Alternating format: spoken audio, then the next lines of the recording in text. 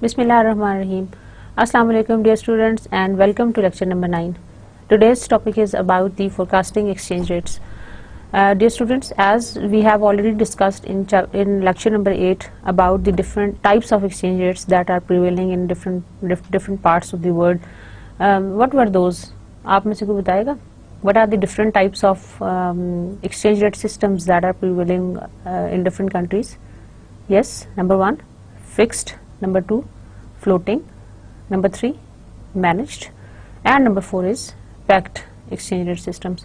तो ये different exchange rate systems हैं जो कि prevail करते हैं. How to forecast them? अब जो next step है अब ये है कि हम इनको forecast कैसे करें. Forecast का मतलब ये है कि हम predict कैसे करें कि exchange rate जो है वो किस side पे जा रहा है. Many MNCs they are worried about or they are concerned about that they must be forecasting the exchange rates. This is very imperative because they want to do the international trade, and in order to do that they have to do this international they have to do this forecasting mechanism to be done in a proper way. So students, we shall start with the chapter objectives. To explain how firms can benefit from forecasting exchange rates, हम ये पढ़ेंगे कि firms को क्या फ़ायदा होता है when they forecast the exchange rate. हमें forecasting का क्या फ़ायदा होता है? Students, forecasting का मतलब क्या है? Forecasting का मतलब ये है कि we are going to predict or we are going to give certain prediction that it is going to happen in future on the basis of certain data which is with us. Most of the time जो forecasting होती है that is being done on the historical based data, और उसी से आप predict करते हो कि what is going to be the future pattern. Forecasting बहुत इम्पॉर्टेंट सब्जेक्ट है, बहुत इम्पॉर्टेंट टॉपिक है, बहुत इम्पॉर्टेंट इशू है in all the fields of business, चाहे वो मार्केटिंग है, चाहे वो फाइनेंस है, चाहे वो एचआर है. हमने एचआर में भी अपनी एचआर की फोरकास्ट करनी है, नीड्स फोरकास्ट करनी है. Similarly we want to do certain forecasting of all the business operations and all the business functions. That is very imperative for any kind of a business organization. तो students, forecasting जो है वो बहुत important phenomena है और हम उसके बगैर business को आगे लेके नहीं चल सकते. And especially when we talk about the MNCs, forecasting the exchange rates is very important. तो हम इस chapter में क्या क्या पढ़ेंगे? We are going to explain how firms can benefit from forecasting exchange rates.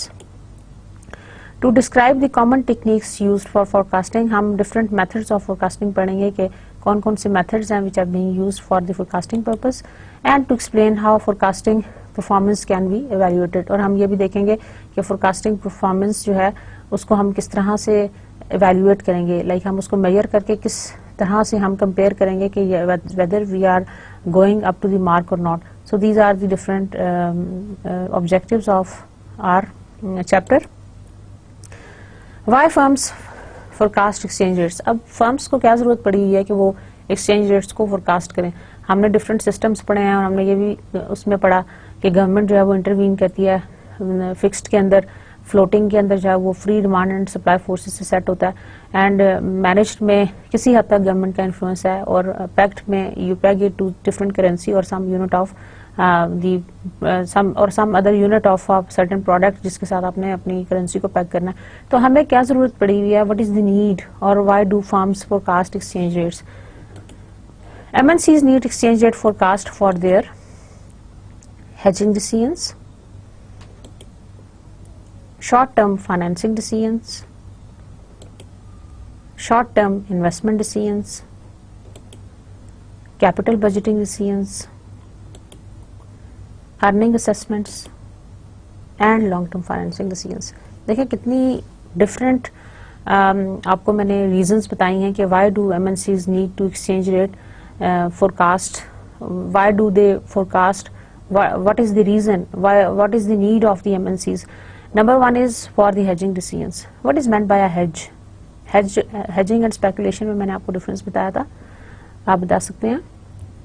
Very good. Speculation से मतलब यह है कि you are playing with the price differences. आप प्राइस डिफरेंसेस से प्ले करके you are going to get the benefit. Hedging से मतलब यह है कि you are just going to lock in the price for a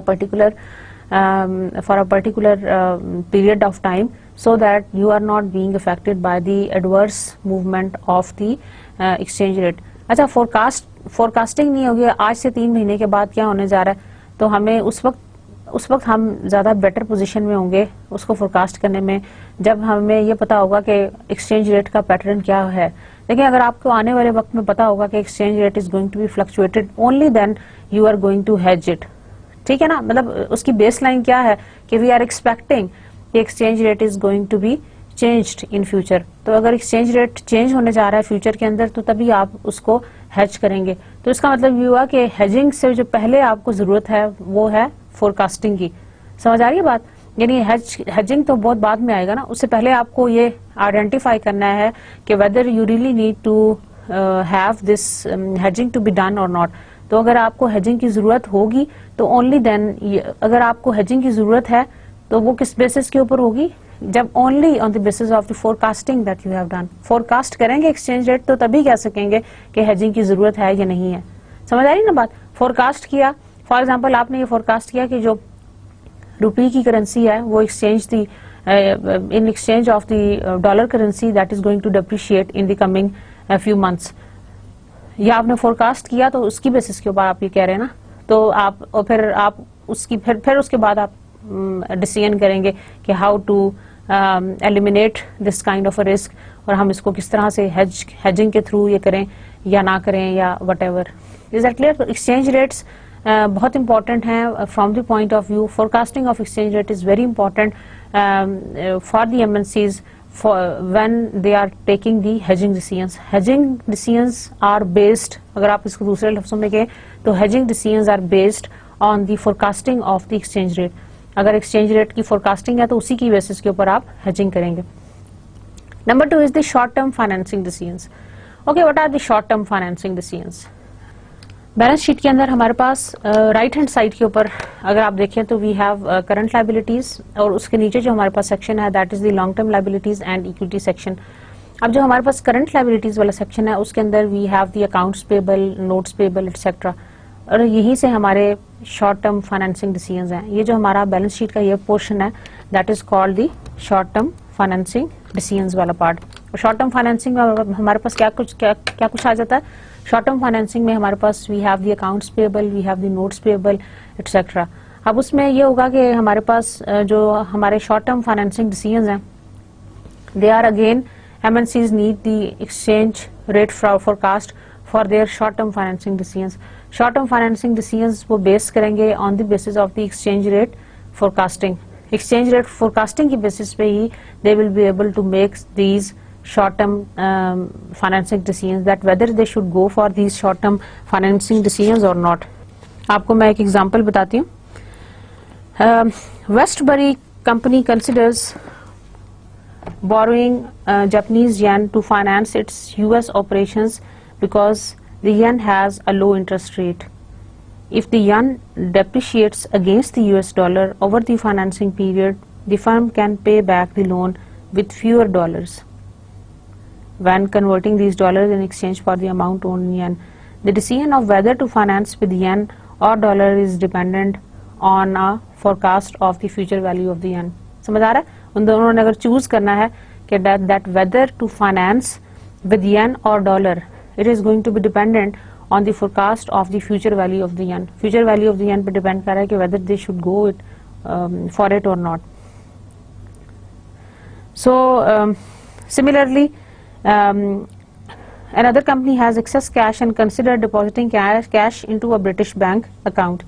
If the British pound appreciates against the dollar by the end of the deposit period, when pounds will be withdrawn and exchanged for the US dollars, more dollars will be received. Thus the firm can use forecast of the pound's exchange rate when determining whether to invest in the short-term cash in the British account और the US account. तो हम इन forecasting से हम decide करते हैं कि in which currency we are going to invest, हमें किस करेंसी में इन्वेस्ट करने से ज़्यादा इंटरेस्ट जनरेट होगा और किसकी फ्यूचर वैल्यू ज़्यादा है, किस पर्टिकुलर फ्यूचर वैल्यू की करेंसी की फ्यूचर वैल्यू ज़्यादा है अगर हम उसके अंदर इन्वेस्ट करें।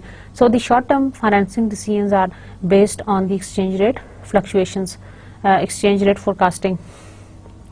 Similarly, the short-term investment decisions are also based on these forecasting of the exchange rate. Short-term investment decisions are basically linked up with cash, जो आपकी marketable securities investments हैं, receivables, inventory.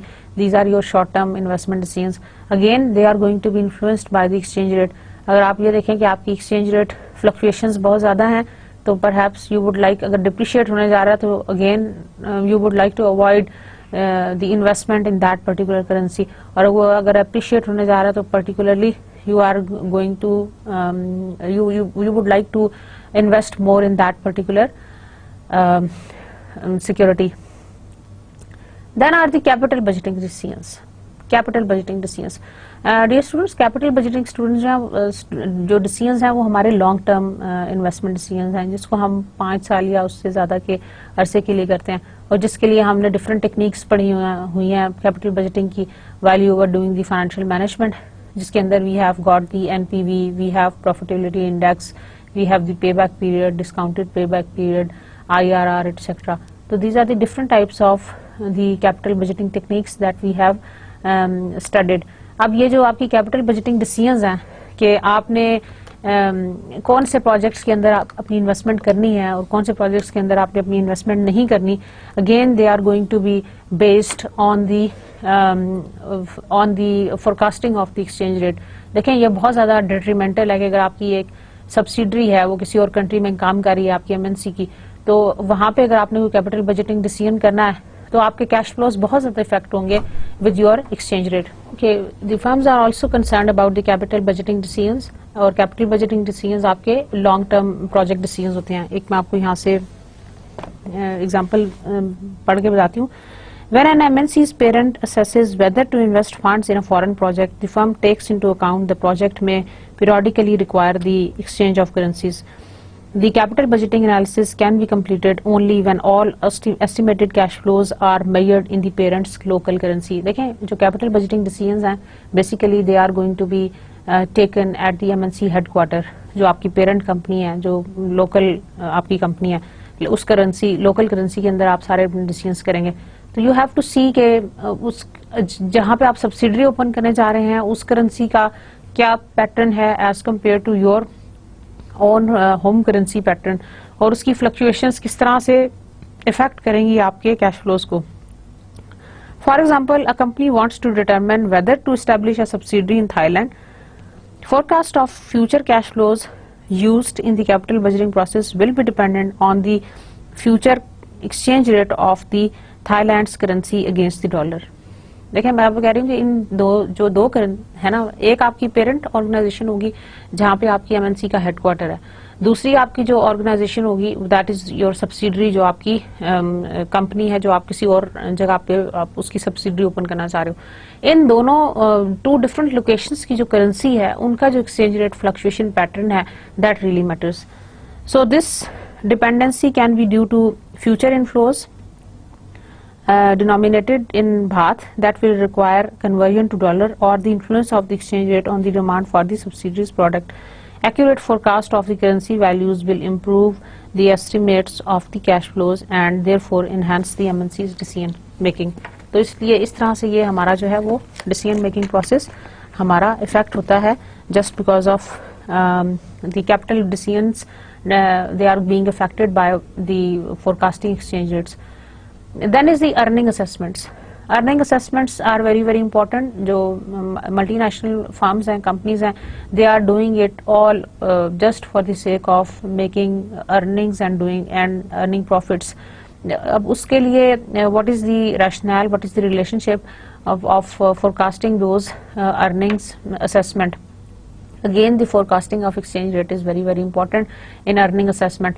अगर आपको ये पता चल जाए कि ये हमारा जो exchange rate fluctuation है that is going to be consistent, तो then we can do the earning assessment beforehand. हमें किसी प्रोजेक्ट से कितना रिटर्न मिलने जा रहा है, हम बेसिकली एक्सचेंज रेट की फोरकास्टिंग से उसको एडजस्ट कर लेंगे कि yes it is predicted that exchange rate is going to be this one, this much, उसकी फ्लक्चुएशन इस रेंज में होगी and we are going to earn this much.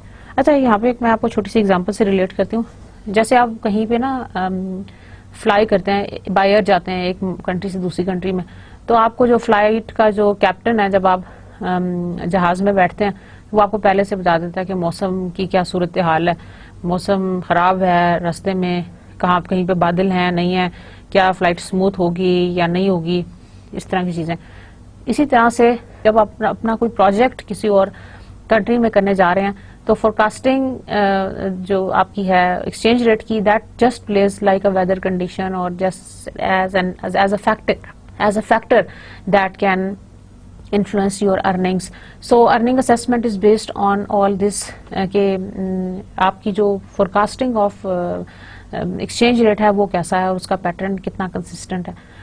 And also the long term financing decision, very much related. long term financing decisions, जो आप अपना stocks में invest करना चाहते हैं, बॉन्ड्स में इन्वेस्ट करना चाहते हैं, फॉरेन करेंसी में इन्वेस्ट करना चाहते हैं, जो हमारे पास इंटरनेशनल स्टॉक एंड बॉन्ड्स वाला जब मैंने आपको पढ़ाया था कि क्या क्या इंस्ट्रूमेंट्स अवेलेबल हैं फाइनेंशियल मार्केट के अंदर, तो वहाँ पे आप चूज करेंगे among different bonds and stocks and different instruments which are being used for the financing decision. तो long term financing decision is based on the forecasting of the exchange rate that are prevailing in the market. और forecasting उसकी आप करेंगे तो तभी आप decide कर पाएंगे कि मुझे कौन से बॉन्ड में इन्वेस्ट करना चाहिए. क्या यूएस के बॉन्ड्स ले लूं मैं, या चाइनीज बॉन्ड्स ले लूं, या मैं जो यूके बेस्ड बॉन्ड्स ले लूं, या मैं रुपी डिनोमिनेटेड बॉन्ड्स ले लूं, मैं क्या ले लूं, वो सब बेस करेगा on the forecasting of the exchange rate. के एक्सचेंज रेट की फोरकास्टिंग से आपको पता चल जाएगा कि एक्सचेंज रेट की फ्लक्चुएशन के बारे में, और वहां से आपको पता चल जाएगा कि आपके जो प्रॉफिट्स हैं वो किस हद तक डिवर्सली इफेक्ट हो सकते हैं बिकॉज ऑफ दिस मूवमेंट. आप ये समझ लें कि exchange rate just plays exchange rate fluctuation just plays as a factor that can influence your earnings and your profits and your cash flows. अब आप इसको फोरकास्ट अगर पहले कर लेंगे तो आपको पता चल जाएगा, you will be better able to जज कि आपके प्रॉफिट्स की ट्रू पोजीशन क्या होगी. Getting my point? तो आप इसको एज अ फैक्टर स्टडी करें कि whether this factor is going to contribute towards the success of our project or not. तो ये this is very very important. तो dear students, अभी मैंने आपको क्या बताया, मुश्किल तो नहीं लग रहा? No, it's very easy.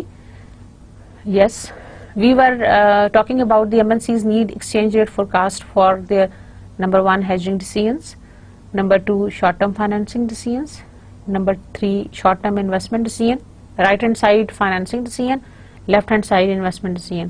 The short term financing decisions and the short term investment decisions. Then we have the capital budgeting decisions, earning assessments and long term financing decisions. Corporate motives for forecasting exchange rates. Forecasting exchange rates, ये जो अभी हमने चीजें पढ़ी हैं, that we are going to put it in the table. Forecasting exchange rates leads to number 1, decide whether to hedge foreign currency cash flows. Number 1, to decide whether to hedge foreign currency cash flows. जो हमारे cash flows आ रहे हैं, क्या उनको हम वाकई hedge करें, क्या उसकी जरूरत है. Exchange rate fluctuations, एक जो उसकी support है वो ये है कि अगर तो exchange rate fluctuations बहुत ज्यादा हैं तो then we would probably need to hedge our foreign currency cash flows. So we are going to decide that whether to hedge foreign currency cash flows or not. Number 2 is decide whether to invest in foreign projects. क्या हम foreign projects में invest करें?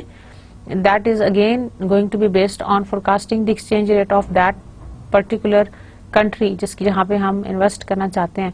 Number 3 is decide whether foreign subsidiaries should remit earnings.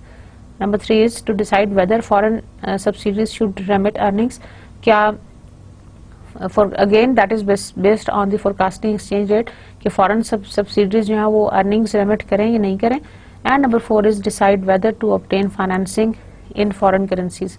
और हमने ये भी देखना है कि अगर हम foreign currencies से के से फाइनेंसिंग लें तो क्या हमें ऐसा तो नहीं है कि एक्सचेंज रेट की फ्लक्चुएशन से हम ज़्यादा इफेक्ट होंगे। जैसे मैं आपको एग्जांपल देती हूँ, अगर आप कोई सब्सिडरी ओपन करना चाह रहे हैं, let's suppose in Singapore you want to open up an subsidiary, और आप इस बात में इंटरेस्टेड हैं कि बजाय इसके कि आप यहाँ से अपना फाइनेंसिंग ले जाएं, इट्स बेटर कि आप सिंगापुर से ही अपनी फाइनेंसिंग रेज कर लें, वहीं के डेट इंस्ट्रूमेंट्स यूज कर लें in order to raise financing. लेकिन बिफोर यू डू दैट आप यू हैव टू सी कि एक्सचेंज रेट फोरकास्टिंग क्या है। क्या एक्सचेंज रेट फोरकास्टिंग ऐसी तो नहीं है कि अगर मैं सिंगापुर में जाके डेट लूं तो वो मुझे मेरा जो कैश फ्लोज हैं that are going to be affected very adversely, वहां पे जो है वो इकोनॉमिक सिचुएशन जो है वो वीक होने जा रही है।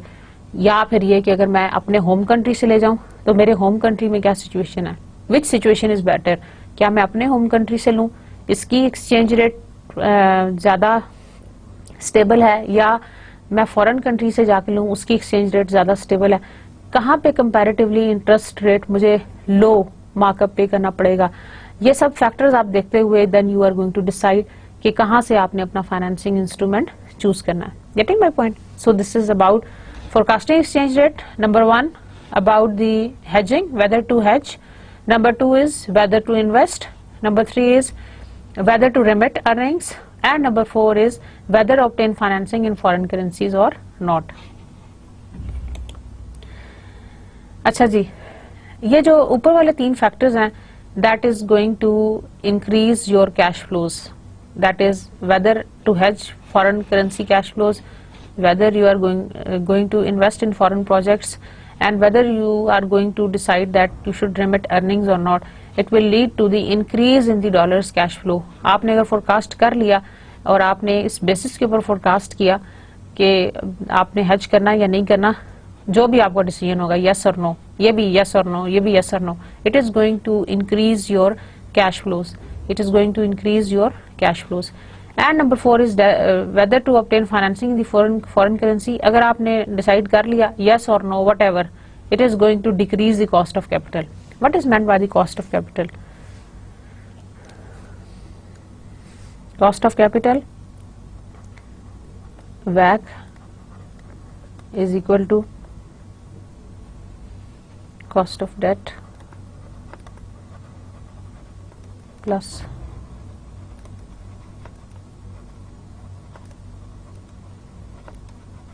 cost of preferred stock plus cost of common stock. WACC stands for, यहाँ लिखती हूँ आपके लिए, weighted average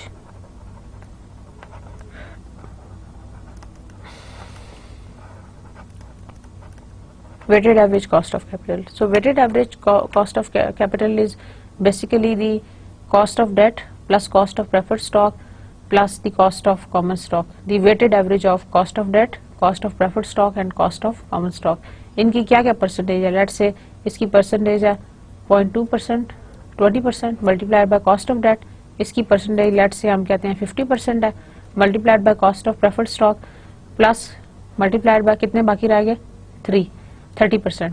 so 30% is from the common stock. इसका जो टोटल रिटर्न जो आ जाएगा वैक weighted average cost of capital, let's say it is 16%. लेकिन अगर हम उसको फाइनेंसिंग लेते हैं फ्रॉम इन फॉरेन करेंसीज तो क्या वो 13% है? अगर वो 13% है तो then we would like to go. हमारा जो बेसिक पर्पस है वो ये है कॉस्ट ऑफ कैपिटल को मिनिमाइज करना या कॉस्ट ऑफ कैपिटल को रिड्यूस करना. देखें स्टूडेंट्स, आम जिंदगी में भी यही होता है ना कि अगर आपको keeping rest of all the other things constant, अगर आपको कोई चीज सेम क्वालिटी ऑफ प्रोडक्ट अगर आपको चीपर प्राइस में मिल रहा है तो क्या आप वो प्रेफर करेंगे या अगर आपको कोई हायर प्राइस में मिल रहा है वो प्रेफर करेंगे? Definitely as a human being naturally we would like to have those products which are equally efficient but there is a price advantage. तो हम ऐसा ही प्रोडक्ट को लेने की कोशिश करेंगे जो जिसकी कॉस्ट कम है. ऐसी बात है ना. तो लोन में या जब आप फाइनेंसिंग इंस्ट्रूमेंट्स यूज करते हैं तो वहां पे भी ऐसी सिचुएशन होती है. जब आप बिजनेस में जाते हो आप ऐसी जगह से फाइनेंस करेंगे अपने बिजनेस को जहां पे आपकी cost of capital is at its minimum. तो कॉस्ट ऑफ कैपिटल को कैलकुलेट कर लेंगे थ्रू वैग, and then you would calculate कि हमारी कॉस्ट ऑफ कैपिटल कहाँ पे लोअर है। और ये जो आपका डिसीजन है, when you are going to forecast the exchange rate, it is going to help you to decide about whether to obtain financing in foreign currencies or not. और अगर आपने फॉरेन करेंसीज से किया तो क्या आपकी कॉस्ट ऑफ कैपिटल कम हो जाएगी? अगर कॉस्ट ऑफ कैपिटल कम हो जाएगी तो yes, you can move on. Okay, तो आप अपने डिसीजन को आगे जारी रख सकते हैं। So finally it is going to enhance the value of the firm. अच्छा देखें, हमने एक बड़ा सिंपल सा रिलेशनशिप बनाया कि forecasting exchange rates is going to enhance the firm value. So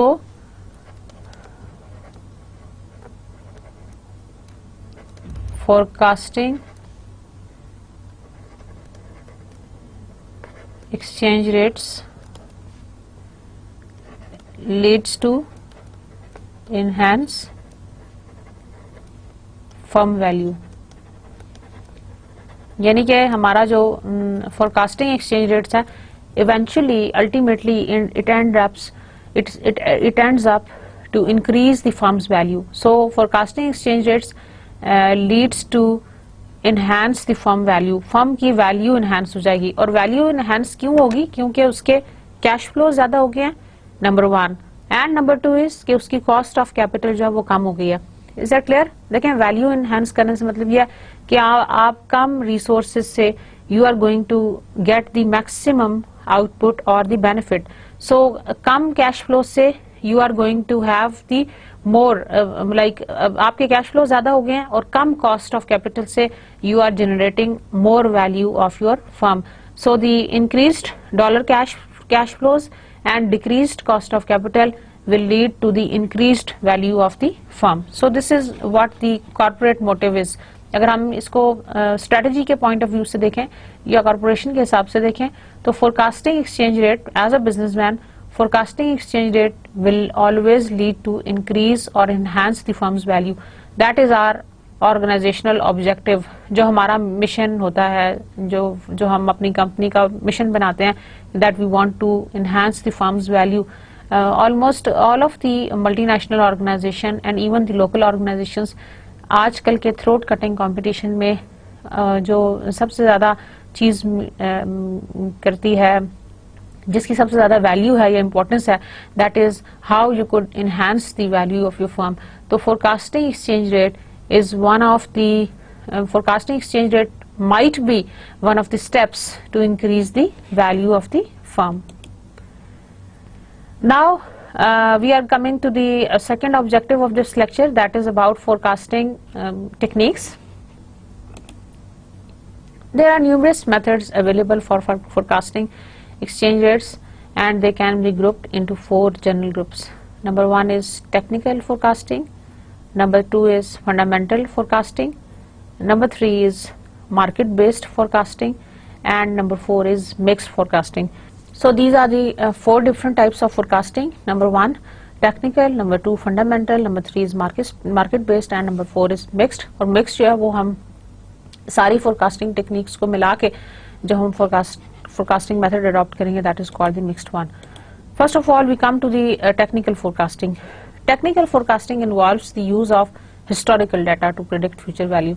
अच्छा students, सबसे जो easiest way होता है that is on the basis of the historical data to predict anything. हम historical data को बहुत ज़्यादा use करते हैं in order to predict the future. हमारा हमेशा जो future होता है that is what we have experienced in the past. अब जैसे for example आपने ये experience किया, अगर हम individual levels की बात करते हैं तो human resources के हवाले से अगर आपने ये देखा कि किसी एम्प्लॉई का पैटर्न ये है कि वो बहुत अच्छा वर्कर है, he is very regular, very punctual, always meets the deadline, is a very motivated kind of a worker, और उसका ओवरऑल परफॉर्मेंस बहुत अच्छा है, तो यू कैन प्रेडिक्ट कि उसकी फ्यूचर में परफॉर्मेंस भी अच्छी होगी। समझ आ रही है ना? लेकिन अगर आप ये देख लें कि अगर हमारी जो पास्ट की परफॉर्मेंस है, जो हिस्टोरिकल डाटा है, वो जो सपोर्ट नहीं कर रहा कि whether it is going to be good, तो आप यही अज्यूम करेंगे कि इसने आगे भी यही करना है। लाइक देखें, जिस तरह स्टूडेंट्स होते हैं ना, जब वो छोटी क्लासेस में होते हैं, अर्ली स्कूलिंग वगैरह में होते हैं, अगर वो बहुत अच्छा परफॉर्म करते हैं तो पेरेंट्स ये प्रेडिक्ट करते हैं कि उनका जो बच्चा है वो बहुत आगे जाएगा, बहुत पढ़ लिख के अच्छा बनेगा एटसेट्रा, लेकिन अगर वो शुरू से पढ़ाई में अच्छा ना हो तो उनकी जो फ्यूचर के बारे में फोरकास्ट है दैट इज इंटायरली डिफरेंट। कहेंगे ये तो इसने पढ़ना छिड़ना नहीं है। गेटिंग माई पॉइंट, समझ आ रहा है ना? तो historical data it matters a lot. I am sure आपको मेरी बात बड़ी अच्छी तरह समझ आ रही है। Historical data of a company और historical data of an exchange of exchange rate, उसकी बेसिस के ऊपर आप प्रिडिक्ट कर सकते हो फ्यूचर को। इसी तरह हम कंपनीज की परफॉर्मेंस को स्टडी कर सकते हैं, मेजर कर सकते हैं on the basis of our past performance. हम ये देखें कि जो कंपनी की परफॉर्मेंस है वो प्रीवियस ईयर में अच्छी नहीं हुई और वो पिछले लगातार 4-5 साल से वो डिक्लाइन की तरफ ही जा रही है, तो आगे आप कैसे एक्सपेक्ट करते हैं कि फ्यूचर में उसकी परफॉर्मेंस जो है वो अच्छी होगी? यू कांट फोरकास्ट दैट कि अगर पास्ट के अंदर परफॉर्मेंस अच्छी नहीं हुई तो अनलेस एंड अनटिल के कोई मेजर ब्रेक थ्रू आ गया, कोई ऐसी इन्वेंशन आ गई है, कोई ऐसी चेंज आ गई है जिसकी वजह से कोई बहुत बड़ी चेंज आएगी, जिसकी वजह से कोई बहुत बड़ा ब्रेक थ्रू हो जाएगा, जिसकी वजह से आपका कंपनी की परफॉर्मेंस एकदम से बूस्ट करेगी। इसी तरह से जो फोरकास्टिंग टेक्निक्स हैं एक्सचेंज रेट की, उसमें जो टेक्निकल फोरकास्टिंग है that is based on the time series models. हम टाइम सीरीज मॉडल्स की मदद से, हिस्टोरिकल डाटा की बेस की मदद से we can predict that whether we are going to perform good in the future or not. This is called the technical forecasting. Speculators may find the models useful for predicting day-to-day movements. अब जो speculators हैं वो भी इसी data को use करते हैं for predicting the even day-to-day movements. Speculators ने भी इन्हीं मॉडल्स को यूज किया है in order to predict the day-to-day movements. However, since the models typically focus on the near future and rarely provide point of range estimate, they are of limited use to MNCs. लेकिन students मैं आपको यहाँ पे ये बताती जाऊँ कि ये जो मॉडल्स हैं ये आपको प्रिडिक्ट तो कर देंगे लेकिन that is only for the near future, मतलब जो मुस्तकबिल करीब में जो होने जा रहा है that is going to predict. लेकिन थोड़ा सा आगे जो इंसाइट होती है, एक पॉइंट्स और रेंज ऑफ एस्टिमेट्स, ये लिमिटेड यूज है फॉर दी एमएनसीज। उसकी वजह यह है कि एमएनसीज जो हैं जब हम इंटरनेशनल मार्केट के अंदर एंटर होते हैं तो वो हम एक ब्रॉड और लॉन्ग टर्म पर्सपेक्टिव लेके एंटर होते हैं। हमारा ये नहीं है कि अगले 2-3 दिनों में क्या होगा या अगले 6 महीने में क्या होगा या अगले 1 साल में क्या होगा। We are looking at the very very long term perspective कि अगले 4 या 5 या 6 सालों में क्या होगा, उसके लिहाज से हम करते हैं। तो इसलिए जो टेक्निकल फोरकास्टिंग है that is not of very much use for the MNCs और फॉर दी मल्टीनेशनल कॉर्पोरेशंस, क्योंकि they want to look forward for a very long term perspective. अच्छा स्टूडेंट्स, एक मैं आपको केस पढ़ के सुनाती हूँ, आप जरा इसको सुने। How DuPont's earnings forecast are based on currency forecasts. Like many publicly traded companies, DuPont periodically announces its expectations of future earnings. Future earnings को वो periodic basis के ऊपर forecast करता है. Because much of its business is international, the company considers movements in the exchange rate when deriving expectation of its earnings. तो वो जब क्योंकि मल्टीनेशनल कॉर्पोरेशन है तो वो अपनी जो अर्निंग्स की वो है movements in the exchange rates है, वो बहुत ज्यादा कंसर्न है about the movements of the exchange rate because they want to derive their earning assessment on the basis of that. In particular the euro's value is closely monitored because of the DuPont's major presence in the Europe. अच्छा, DuPont का ज्यादा जो है presence वो European region में है, इसलिए euro value उनके लिए, यूरो की वैल्यू जो है, यूरो करेंसी की जो वैल्यू है that is very very important. When the euro's value changes over a quarter, the translated earnings generated by the DuPont European subsidiaries are affected. देखें, जो एक एमएनसी है उसका जो मेजर पोर्शन ऑफ बिजनेस होगा वो जिस जगह के ऊपर होगा, जिस एरिया में होगा, उस एरिया की currency is very very important और उस एरिया की करेंसी का fluctuating pattern is very very important from the point of view of their earnings. समझ आ रहा है ना? अब ड्यूपॉन्ट का जो है वो मेजर शेयर जो है वो यूरोप के अंदर है। यूरोप में जो करेंसी है दैट इज यूरो। अब वो यूरो करेंसी के साथ जो फ्लक्चुएशंस पैटर्न्स हैं उससे उसकी अर्निंग असेसमेंट इफेक्ट होगी, इसीलिए वो यूरो करेंसी की फोरकास्टिंग में इंटरेस्टेड है। Got my point? So when the euro's currency value changes over a quarter, the translated earnings generated by the DuPont European subsidiaries are affected. Thus, DuPont's forecast of its consolidated earnings require a forecast of earnings generated by subsidiaries in each country, along with the forecast of the exchange rate at which those earnings will be translated into dollar. समझ आ रहा ना? Given the uncertainty of the exchange rates and other factors that affect earnings, DuPont uses a range when forecasting its earnings. जब वो अपनी earnings को forecast करती है, तो ये they use a range. कैसे? The low end allows for the possibility of a weak euro, and while the high end allows the possibility of a strong euro. उन्होंने एक रेंज सेट कर ली, maximum और minimum value. Like euro can go up for example up till 140 and it can go down up till 135. इन्हीं दो ranges के दरमियान में वो एक्सरसाइज करेगा बेस्ड ऑन देयर फोरकास्टिंग. उन्होंने एक रेंज या लिमिट सेट कर ली. Investors attempting to value DuPont stock use the company's earning forecast to derive its expected future cash flow.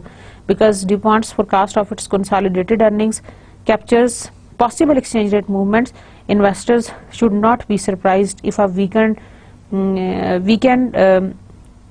euro adversely affects the DuPont earning. So they will not be surprised अगर उनकी earnings affect होंगी, क्योंकि they have truly forecasted the range of the euro currency कि वो किन दो values के दरमियान में एक्सरसाइज करेगी. इसलिए उनको पता है कि इस लिमिट तक ये कम हो सकता है, इस लिमिट तक ये ज्यादा हो सकता है. So that is how the earning management is being done.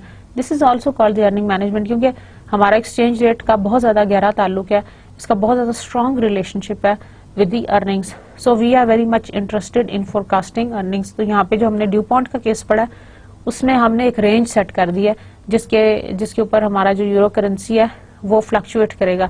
And now we are able और you can say we are in a position to tell के whether earnings are going to be positively affected और negatively affected because of this exchange rate fluctuation. Fundamental forecasting is based on the fundamental relationship between economic variables and the exchange rates. So fundamental forecasting is based on the fundamental relationships between the economic variables and exchange rates. अच्छा students, economic variables का exchange rates के साथ बहुत ज़्यादा गहरा ताल्लुक है. There is a very strong relationship between the economic variables and the exchange rate. So the examples are the subjective assessments, quantitative measurements based on regression model and sensitivity analysis. So fundamental forecasting can be done on the basis of either the subjective assessment, fundamental forecasting जैसे कि बुनियादी सा जो traditional सा method है वो ये है.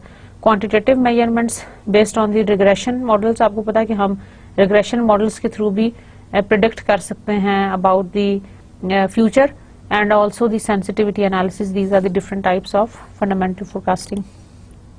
Note that the use of PPP, that is purchasing power parity, to forecast future exchange rate is inadequate, since purchasing power parity may not hold and future inflation rates are also uncertain. तो आप इसको purchasing power parity के ऊपर depend नहीं कर सकते because it may not hold और future inflation rates are also very uncertain.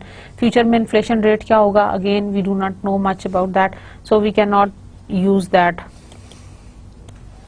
Okay, let's take an example. The focus here is on only two of many factors that affect currency value. Before identifying them, consider the corporate objective is to forecast the percentage change. Suppose the corporate objective is to forecast the percentage change, that is the rate of appreciation or depreciation in the British pounds with respect to the US dollar during the next quarter. So before identifying them, आप suppose करें कि corporate objective ये है that it is to forecast the percentage change. Percentage change क्या है, rate of appreciation है या rate of depreciation है in the British pounds with respect to the US dollar during the next quarter. For simplicity, assume the firm's forecast for the British pound is dependent only on these two factors. Number one is inflation in the US, and number two is income growth in the US relative to the income growth in the UK. Fundamental forecasting, in general, fundamental forecasting is limited by the uncertain timings of the impact of the factors. Number one, the need to forecast factors that have an immediate impact on the exchange rate, and the omission of the factors that are not easily quantifiable. तो हमने वो factors देखने हैं which are directly affecting the exchange rates, और हमने उन factors को eliminate कर देना या हमने उन factors को omit कर देना which are not easily quantifiable. Quantifiable का मतलब ये है कि we can give numbers to them. हम अगर अपने फैक्टर्स को क्वांटिफाई कर सकें, उनको नंबर्स दे सकें, तो इसका मतलब ये है कि we are more easily able to predict. अच्छा स्टूडेंट्स, क्वांटिफिकेशन से मतलब ये होता है कि जैसे मैं कहती हूँ परफॉर्मेंस, तो परफॉर्मेंस क्या कहते हैं? क्या मैं कह सकती हूँ परफॉर्मेंस 1 है, 2 है, 3 है? क्या परफॉर्मेंस को हमने मेजर किया with the help of grades for students. A grade student, B grade student, C grade, D grade. जिसकी परफॉर्मेंस सबसे अच्छी है वो ए ग्रेड स्टूडेंट है। तो परफॉर्मेंस को हमने क्वांटिफाई किया। सिमिलरली एक्सचेंज रेट की फोरकास्टिंग को भी हमने क्वांटिफाई किया और उसमें कुछ फैक्टर्स जो कि इफेक्ट करते हैं हमने उनको क्वांटिफाई किया। और हमने ये भी देखा कि किन फैक्टर्स को हम ऐड करें और किन फैक्टर्स को हम ओमिट करें in order to forecast accurately. तो हम सिर्फ उन फैक्टर्स को लेंगे which are going to give us the accurate judgement. तो क्वांटिफाई करने से हमें ये फायदा होता है। Changes in the sensitivity of the currency movements to each other over time. और हमने ये भी चेक करना है कि ओवर टाइम जो चेंजेस इन द सेंसिटिविटी है ऑफ द करेंसी वो क्या है, एक करेंसी का दूसरे करेंसी के साथ सेंसिटिविटी कैसा है। Then is the market based forecasting. जैसे कि नाम से जाहिर है, market based forecasting uses market indicators to develop forecast. हमने मार्केट फैक्टर्स को ले लिया in order to do the market based forecasting. It uses the market indicators. The current spot and forward rates are often used. हम spot rates को और forward rates को use करते हैं since speculators will ensure that the current rates reflect the market expectation of the future exchange rate. Again जो आपके current rates हैं they are the two predictors of your future exchange rate.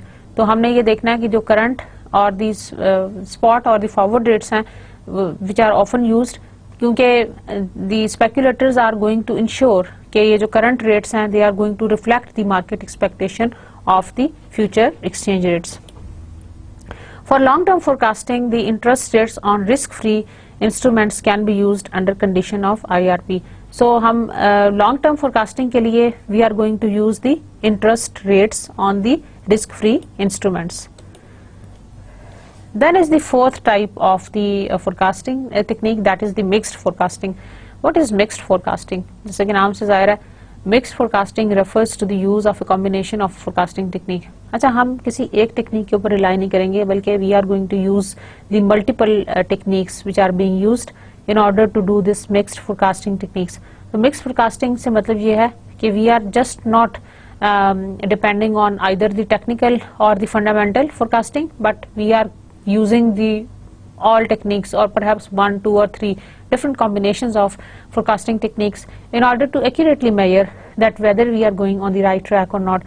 तो ये बहुत important होता है कि आप एक क्राइटेरिया पे इन्हिसार करने के बजाय मल्टीपल पे करें। जैसे कि मैं आपको एग्जांपल दूं स्टूडेंट्स, आपकी परफॉर्मेंस को हम सिर्फ एक पेपर के ऊपर जज नहीं करेंगे कि आपने टर्मिनल पेपर में क्या किया। We have multiple of evaluations. हम आपके क्विजेस भी लेते हैं, हम आपकी असाइनमेंट्स भी लेते हैं, समटाइम्स क्रेडिट बोर्ड भी लेते हैं, मिड टर्म भी आपका होता है, फिर फाइनल होता है और फिर आपका एग्रीगेट बनता है कि आपका रिजल्ट क्या। तो we are not just relying on one test के एक टेस्ट से हमने इवैल्यूएट कर लिया। Mixed method is always very beneficial, and that is more sophisticated and that can be trusted more easily as compared to, उसको आप trust भी ज्यादा कर सकते हो as compared to some other technique। अगर single हो तो उसको आप इतना ज्यादा rely नहीं उसके ऊपर कर सकते। The actual forecast is a weighted average of the various forecasts developed। तो actual forecast जो होती है that is going to be the weighted average of the various forecasts developed। आप different forecasts को weightage दे दें, like आप क्या लें, technical वाला बड़ा strong है तो you give it a percentage of, let's say आप क्या लें कि forecast जो technical forecasting है उसको आप कहते हैं that is very much weaker judgment, तो उसको आप दे दें 20%। fundamental को perhaps आप कहते हैं कि ये बहुत ज़्यादा strong है तो आप उसको 9% दे दें, तो आपका ये वेटेड एवरेज बन जाएगा। लाइक 90% आप दे रहे हैं प्रेफरेंस फंडामेंटल को और 20% आप ओनली दे रहे हैं to the technical forecasting. And जो आपका फाइनल आएगा that is going to be your actual forecast which is the weighted average forecast of the various forecast which are going to be developed. So forecasting services, The corporate needs to forecast currency values has promoted some consulting firms and investment commercial banks to offer forecasting services. अब हुआ यह है कि क्योंकि demand बहुत ज़्यादा है market के अंदर, तो अब इस करेंसी फोरकास्टिंग के लिए डिफरेंट कमर्शियल बैंक्स ने या इन्वेस्टमेंट जो बैंक्स हैं उन्होंने एक सर्विसेज शुरू की हैं which are called the forecasting services, और उनके पास ये सेल्स होते हैं फोरकास्टिंग सर्विसेज के डिपार्टमेंट है जो आपको एक्यूरेट इन्फॉर्मेशन दे सकते हैं about the forecasting pattern that are going to happen और that are going to be placed in future on the basis of the careful analysis that the various experts they have made, right? One way to determine the value of the forecasting services is to compare the accuracy of its forecast to the publicly available and the free forecast. पहला जो उसका एक जो तरीका है वो ये है कि it is to compare the accuracy of its forecast. आप एक्यूरेसी को मेजर करें to the publicly available and the free forecast, जो एक वैसे अवेलेबल फोरकास्ट है उससे आप दूसरे जो बैंक्स हैं, कमर्शियल बैंक्स हैं, इन्वेस्टमेंट बैंक्स जो सर्विसेज प्रोवाइड कर रहे हैं, आप उनसे कंपेयर करके देख लें. अगर वो कंपैरिजन आपको वैलिड लग रहा है, ठीक लग रहा है, देखने में लग रहा है कि it is going to be it is comparable, तो then you can trust those forecasting services.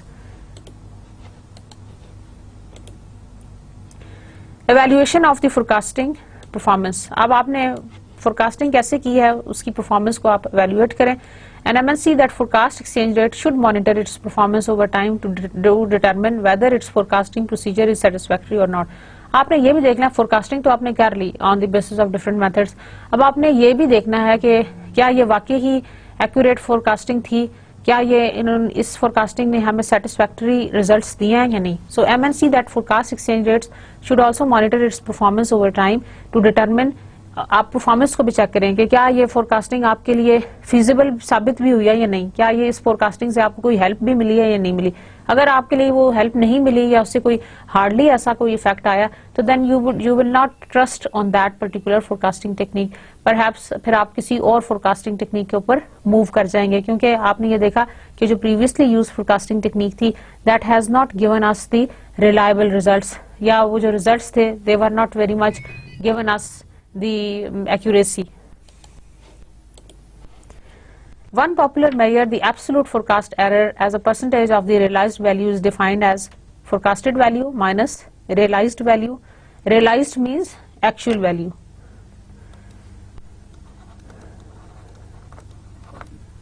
Divided by realized value. This is going to give you the percentage difference.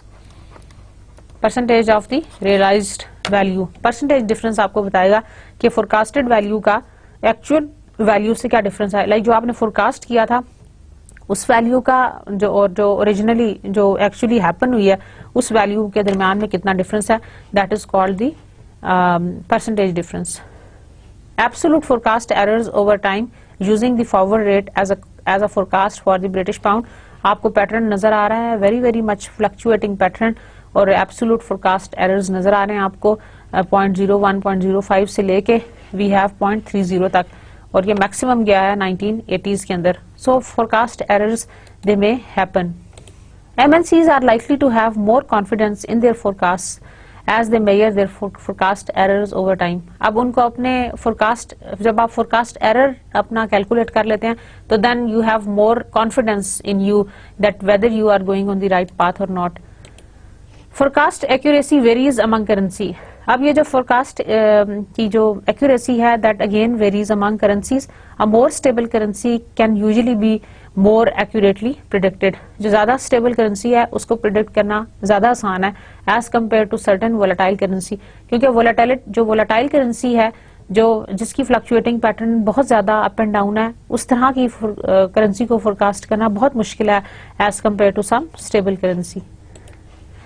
If the forecast errors are consistently positive or negative over time, then there is a bias in the forecasting procedure. अगर forecasting errors भी में भी बहुत ज़्यादा positive या negatively consistent हैं over time, तो then again उसके अंदर forecasting bias exist करता है. forecasting bias से मतलब यह है कि जो आपने techniques यूज किए हैं, जो procedure यूज किए हैं, they are not up to the mark. इसका मतलब है कि उन प्रोसीजर्स के अंदर कोई गड़बड़ है या उन फोरकास्टिंग टेक्निक्स के अंदर कोई प्रॉब्लम है जिसकी वजह से आपके फोरकास्टिंग एरर्स का पैटर्न भी एक जैसा आ रहा है, कंसिस्टेंट आ रहा है. समझ आ रहा है ना। यानी अगर फोरकास्टिंग टेक्निक ठीक इस्तेमाल नहीं हुई तो फोरकास्टिंग एरर्स आपके कंसिस्टेंट आएंगे over either towards positive or towards negative. So you have to make sure that forecasting technique that you are using, it is up to the mark and it is giving the true picture or it is giving you the true image of what you are doing or what you want to do. ये आपको pattern दे रहा है graph forecast bias over time for the British pounds. इसका मतलब है कि कोई गड़बड़ थी, हमने जो फोरकास्टिंग मेजर लिया है या टेक्निक लिया है उसके अंदर कोई प्रॉब्लम है। Forecast bias. The following regression model can be used to test the forecast bias. Realized value is equal to alpha और ये आपके सारे coefficients हैं plus error term. Graphic evaluation of the forecast performance. This is the perfect forecast line. This is the predicted value. Y इसके ऊपर x axis के ऊपर और y axis के ऊपर we have taken the realized value. और ये जो लाइन जो बेस्ट फिट लाइन है, this is called the perfect forecast line. जो बेस्ट फिट लाइन हमारी गुजरती है रिग्रेशन मॉडल के through, that is called the perfect forecast line. This is the reason of the downward bias under estimation और ये जो दूसरा है this is the reason of upward bias over estimation. ये जो पर्पल में आपको एरिया नजर आ रहा है this is the upward bias over estimation और ये जो आपको पिंक में एरिया नजर आ रहा है this is the reason of the downward bias under estimation. If the points appear on the scattered evenly on both sides of the perfect forecast line then the forecast are said to be unbiased. अच्छा, अब pattern ये कहता है कि line के इर्द गिर्द, ये जो हमने पिछली स्लाइड में हम दोबारा जाते हैं, ये जो लाइन है उसके इर्द गिर्द ये जो आपका स्कैटर्ड पैटर्न है अगर वो एक जैसा है, कंसिस्टेंट है, तो देन वी कैन से कि आपकी जो फोरकास्ट है that is unbiased. Note that a more thorough assessment can be conducted by separating the entire periods into सब पीरियड्स। आप बड़े पीरियड्स को सब पीरियड्स में डिवाइड कर दें तो you will have a more clear assessment of that. These are the forecast bias in different sub periods for the British pound. ये हमने डिफरेंट टाइम पीरियड्स के लिए कर लिया इसको और आप देख लें कि ये जो रिग्रेशन लाइंस हैं वो किस तरह से उनके डिफरेंट पैटर्न्स हैं। जो स्कैटर्ड पैटर्न्स हैं वो डिफरेंट हैं और जो बेस्ट फिट लाइन है वो किस तरह से पास ऑन कर रही है। ये जो आपकी स्ट्रेट लाइंस हैं these are the perfect forecast line और आपने देखना है ये जो आपका स्कैटर्ड पैटर्न है वो कितना उसके इर्द गिर्द अराउंड है और अगर वो कंसिस्टेंटली इर्द गिर्द उसके अराउंड है तो इसका मतलब है कि आपकी फोरकास्टिंग ठीक है, that is unbiased. So the comparison of different forecasting methods, the different forecasting methods can be evaluated graphically by visually comparing the deviations from the perfect forecast line or statistically by computing the forecast errors for all the periods. हम इसको दो तरीकों से find out कर सकते हैं, either through graphically by visually comparing the deviations from the perfect forecast line, जैसे कि हमने प्रीवियस स्लाइड के अंदर किया कि हमारी जो परफेक्ट रिग्रेशन लाइन है, फोरकास्ट लाइन है, उसके आसपास स्कैटर पैटर्न कैसा है, और statistically by computing the forecast error for all the periods. तो dear students, this was all about today's lecture. We have studied about the forecasting of the exchange rate in this chapter. आपको different उसकी मैंने benefits बताए, reasons बताए कि why the firms should forecast the exchange rate. Basically that was to enhance the value of the firm. और dear students, हमने उसके साथ डिफरेंट टेक्निक्स पढ़ी and then we have compared them, और उसके अंदर जो 4 इंपॉर्टेंट टेक्निक्स हमने पढ़ी, these were the technical, fundamental and mixed one, जो हमारी इंपॉर्टेंट थी। और फिर हमने उन सब के बेनिफिट्स पढ़े और हमने ये भी देखा कि कौन सी ज्यादा फीजिबल हैं from the point of view of application of the MNCs. हमने उनको कंपेयर भी किया। We also talked about the forecast bias and forecast errors. we used the formula to compute it, और फिर हमने ये भी देखा कि फोरकास्ट लाइन से विजुअली हमने जो डिफरेंट फोरकास्टिंग मेथड्स हैं उसको हमने कैसे इवेल्युएट करना है। So I hope you have enjoyed this lecture and clearly understood this. Thank you very much for your patience. Allah Hafiz. See you next time.